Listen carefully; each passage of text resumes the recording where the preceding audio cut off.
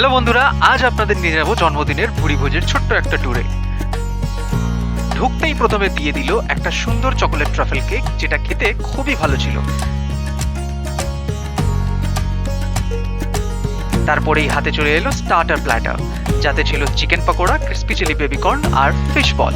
Chicken পকোড়াটা ভালোই ছিল, ফিশ বলটা টেস্ট সত্যি বলতে কিছুই বুঝতে পারলাম না, কিন্তু ক্রিস্পি চিলি বেবিকর্নটা ছিল খুবই ভালো। এর সাথে ছিল আমপান্নার জুস। এরপর আমরা আর দেরি না করে এগিয়ে গেলাম মেন কোর্সের দিকে। প্লেট আসতে না আসতেই চলে এলো বাটার নান আর চানা মশালা। শেষ হতে না হতেই এসে গেল সালাদ, ফিশ ফ্রাই, পিস পোলাও আর বাটার চিকেন। এরপরে চলে এলো টাটকা আনারসের চাটনি আর পাঁপড়, রসগোল্লা আর সন্দেশ।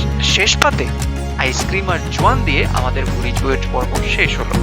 আমাদের এই ভিডিওটা ভালো লাগলে পেজটা সাবস্ক্রাইব করে দিন আর লাইক করে দেবেন। Thank you.